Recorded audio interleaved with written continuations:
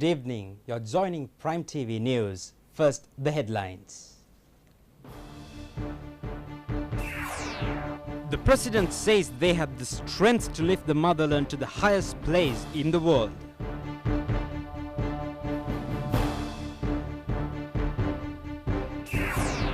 The Navy takes control of a large vessel which supplied services to the Sea Tigers.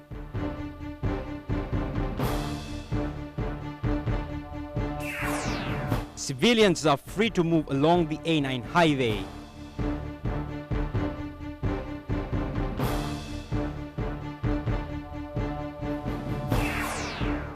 The Sri Lanka bourse hits record highs.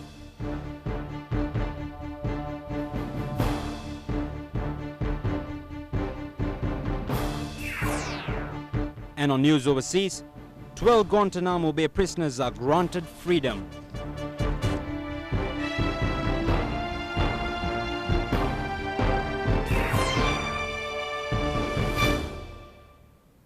Now the news in detail.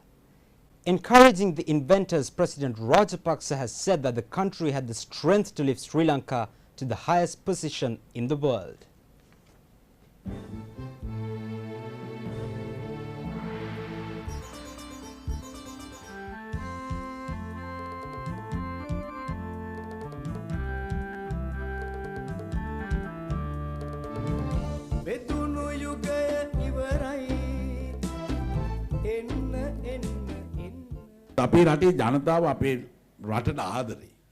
The president observed that the citizens love their country. Whether it was an invention or routing of terrorism, it was the youth of the village who played a prominent role. The entire world has started to take Sri Lanka as an example. This has been discussed in war academics in the world. They had the courage to lift the country to the highest position in the world, whatever efforts were made to discourage it. The president noted that it is the people of the country who can discharge this task. The president said a large crowd had migrated considering that there was no future for the island in the face of terrorism. However, the government had succeeded in changing this situation in the last 4 years. The president referred to the importance of making the lives of ordinary citizens brighter. Several parliamentarians were present at this meeting with inventors.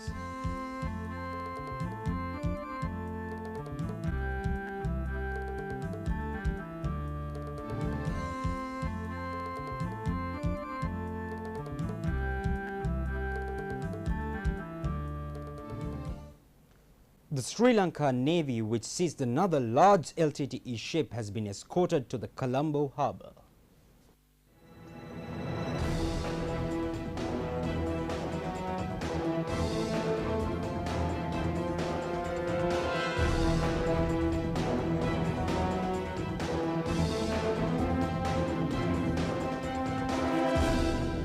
Princess Kusantha is a ship which belonged to the LTTE terror outfit.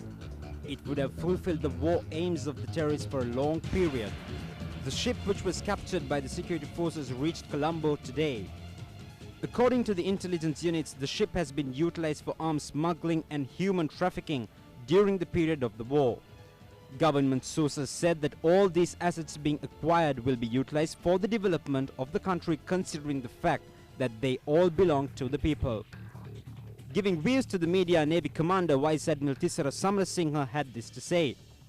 We have been able to acquire an asset which was used against us by terrorists from outside our shores. You have seen this vessel sailing into the Colombo port. You can imagine to yourself what damage this vessel could have done by carrying lethal cargo to be transported to our shores to support terrorism. The Navy played a decisive role in destroying similar vessels far away from our shores. Adding a vessel of this nature to the Sri Lanka Navy fleet will give an additional boost in lift capacity, capability, also in various other aspects. Getting this vessel acquired for us is one of the greatest achievements that I could say. of the leadership that we enjoy of Excellency the President and the Secretary of Defense.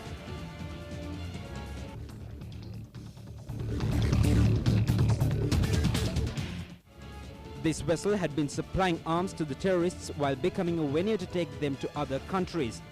It is not a secret that the ship had been geared to supply the service for the terrorists to flee the country.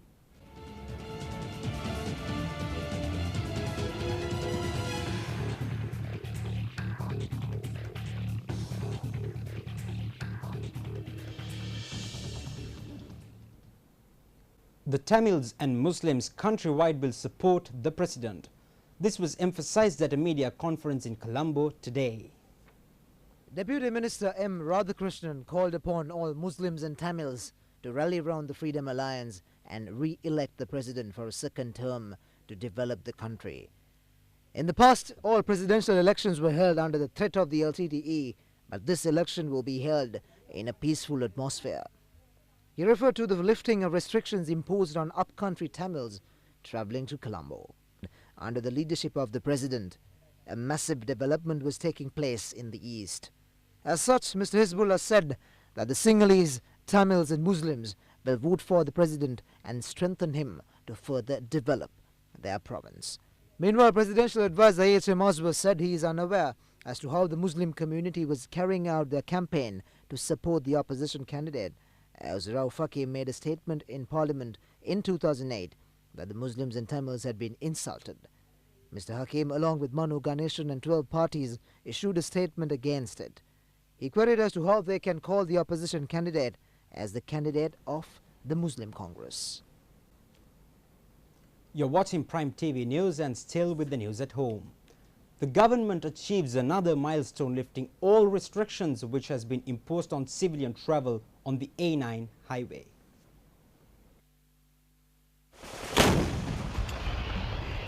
The government has decided to allow free travel to and from Jaffna and other parts of the country.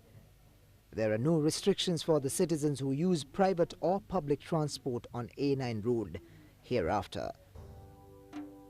As directed by the President, the A9 highway was opened for the public on November 13th, and people were also allowed to transport goods to and from Jaffna. Initially, travel was allowed on a special permit issued by the Defence Ministry. With the complete liberation of the A9 road and the north, the Army has assured safety for the transport of all as well as the transport of goods. The ceasefire agreement in 2002 provided for the unarmed troop transport through the LTTE-dominated areas on the A9 road, but civilian transport was not allowed. Anyway, the road was completely closed in August 2006 due to LTTE attacks. Sri Lanka stock index reached another record high today at the Colombo Bourse in heavy trading as investors looked for bargains ahead of the holidays. Both indices gained today, with all-share price index rising 0.97% to reach 3,219.87. Milanka index gained 0.91% to reach 3,663.47. The turnover topped at 384.9 million rupees with a turnover of nearly 8 million shares. Market analysts say heightened foreign buying last week has increased the investor confidence. Foreign purchases during the week ending December 18th recorded 5.87 billion rupees opposed to foreign sales of 3.58 billion rupees, which helped the bourse to gain 2.29 billion rupees of foreign investment. The turnover for the week topped at 9.09 billion rupees. The investor confidence has been restored and the market has attracted foreign investors since the end of the war. Sri Lanka's stock index is the world's second best performer this year.